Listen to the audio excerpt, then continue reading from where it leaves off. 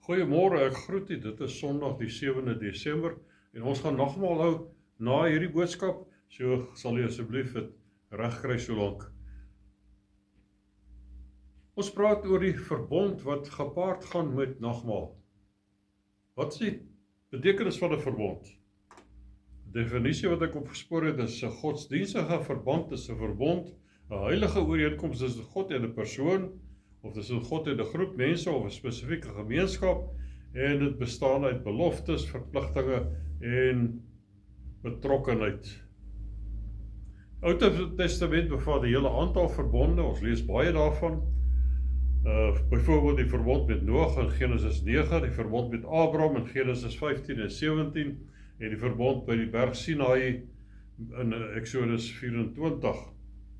En al die verbonde is verseël met bloed, met 'n offer met bloed. Nuwe Testament vind ons 'n nuwe verbond of 'n testament. Dikwels verwys daar 'n testament, dis 'n verbond, is dieselfde ding.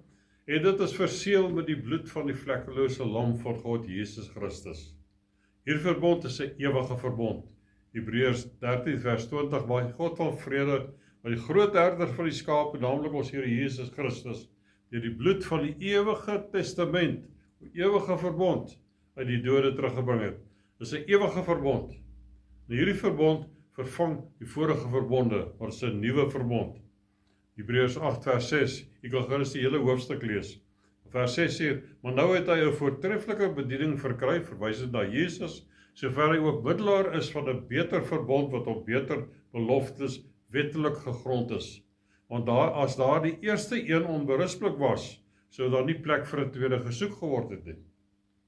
In vers 13 sê, as hy sê 'n nuwe verbond, het hy die eerste oud gemaak, en wat oud word en verouder, is naby die verdwyning.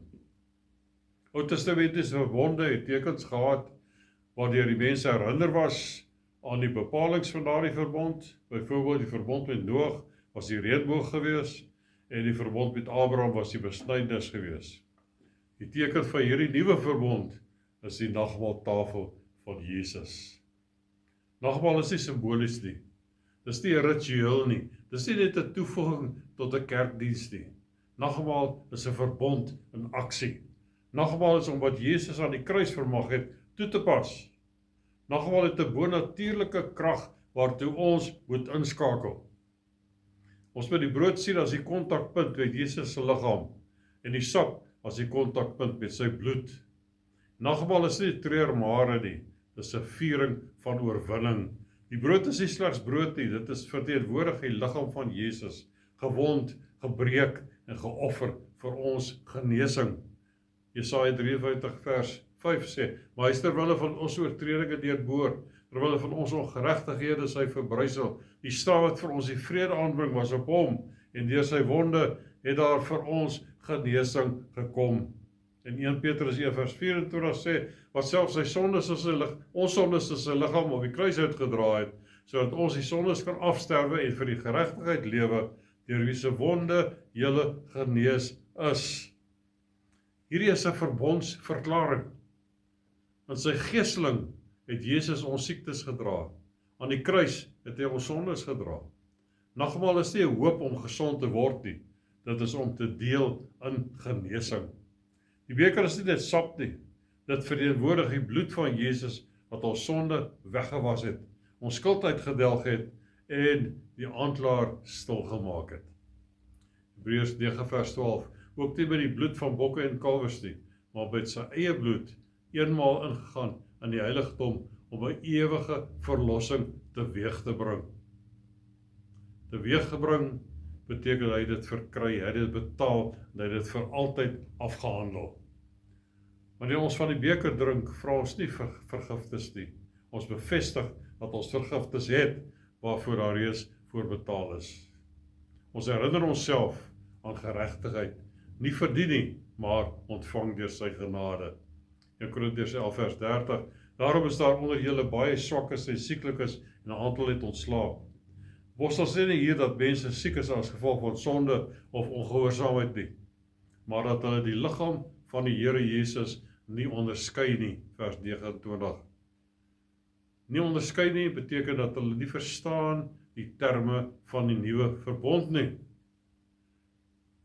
Dis wanneer die nagmaal as 'n ritueel beskou word, in plaas van 'n verbondsmaal. Nagmaal is nutteloos as die gelowige dit gebruik sonder die openbaring van die betekenis van daardie verbond. Dan dra dit geen krag nie. Die brood van God is genesingskrag. Die beker is God se geregtigheid aangewend. Die tafel is die plek waar die lewe van God bedien word aan die gelowige. Johannes 6 vers 53, Jesus sê vir hulle, voorwaar ek sê vir julle, as julle die vlees van die seun van die mens eet en sy bloed drink nie, het julle geen lewe in julle self nie. Jesus het hier na sy fisiese vlees en sy bloed verwys nie, maar na homself, met ten volle deelagtig te word, sy lewe, sy offer, sy natuur, sy verbond. Met die gebruik van nagmaal bely die gelowige sy deel aan die verbondsooreenkoms wat Jesus sy liggaam en sy bloed aan die kruis bewerk het. Kom ons lees 1 Korintiërs 11 van vers 23 wat ons so baie maal by hierdie geleenthede lees. Want ek het van die Here ontvang wat ek ook aan julle oorgelewer het, dat die Here Jesus in die nag waarin hy verraai is, brood geneem het en nadat hy gedank het, het hy dit gebreek en gesê, neem eet, dit is my liggaam wat vir julle gebreek word. Doen dit tot my gedagtenis. Net so ook die beker na die ete met die woorde, hierdie beker is die Nuwe Testament in my bloed. Doen dit so dikwels as julle daaruit drink tot my gedagtenis. Wat beteken dit tot sy gedagtenis? Ons dink aan Jesus, die wonder van die versoeningsoffer in sy dood. Nie net aan die smarte wat hy het gelei het nie, maar aan die oorwinning. Nie net aan die pyn nie, maar aan die heerlikheid wat deur sy kruis vir ons gebring is. Nagmaal is nie begrafnis nie, maar is 'n oorwinningsviering. Nagmaal is nie gelowige se kontak, is die gelowige se kontak met die afgehandelde werk van Jesus Christus. 1 Korintiërs 10 vers 16 sê, die beker van danksegging wat ons met danksegging seën, is dit nie die gemeenskap met die bloed van Christus nie? Die brood wat ons breek, is dit nie die gemeenskap met die liggaam van Christus nie? So nagmaal beteken om deel en gemeenskap te hê in hierdie wonderlike terme van hierdie nuwe verbond. Die vroeëre kerk het nie net af en toe nagmaal gebruik soos ons nie, hulle het daagliks gebruik.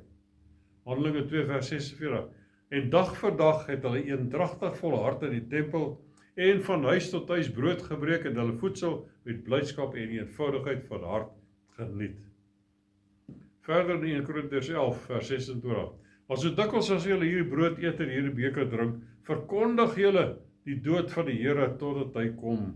Verkondig dit, aan te kondig, uit te roep, te vier.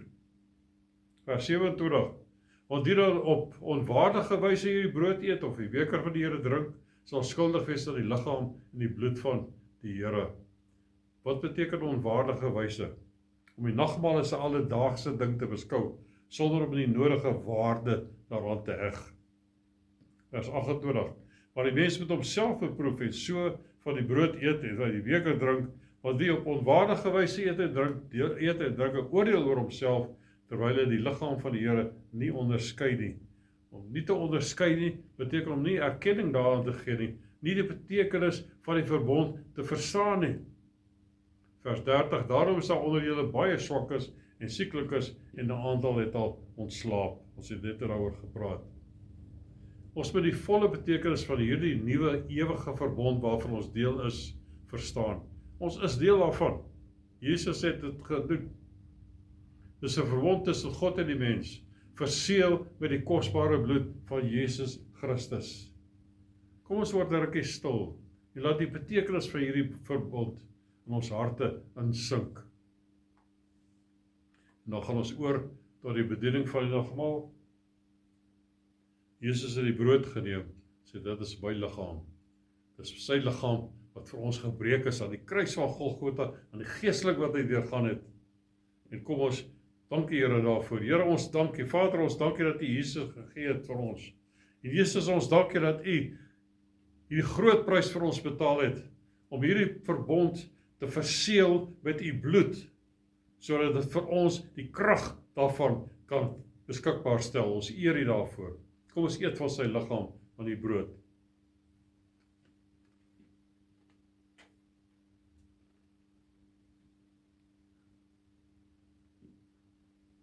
Na die ete het hy die beker geneem, gesê dit is my bloed, van die nuwe verbond, die nuwe testament.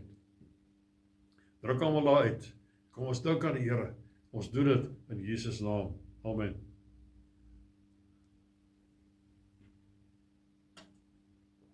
Dankie Here Jesus vir die bloed wat vir ons gestort is om ons skoon, rein, soos wit soos sneeu te was. Ons eer U daarvoor, Here. Ons dank U daarvoor. En dankie dat ons deel kan wees van hierdie goddelike verbond wat U gesluit het met die mens. Ons loof U daarvoor, Here, en ons dankie dat ons aan kan deel. Ons eer U naam. Amen. Baie dankie dat U saam met my was. Mag die Here U verder seën. Amen.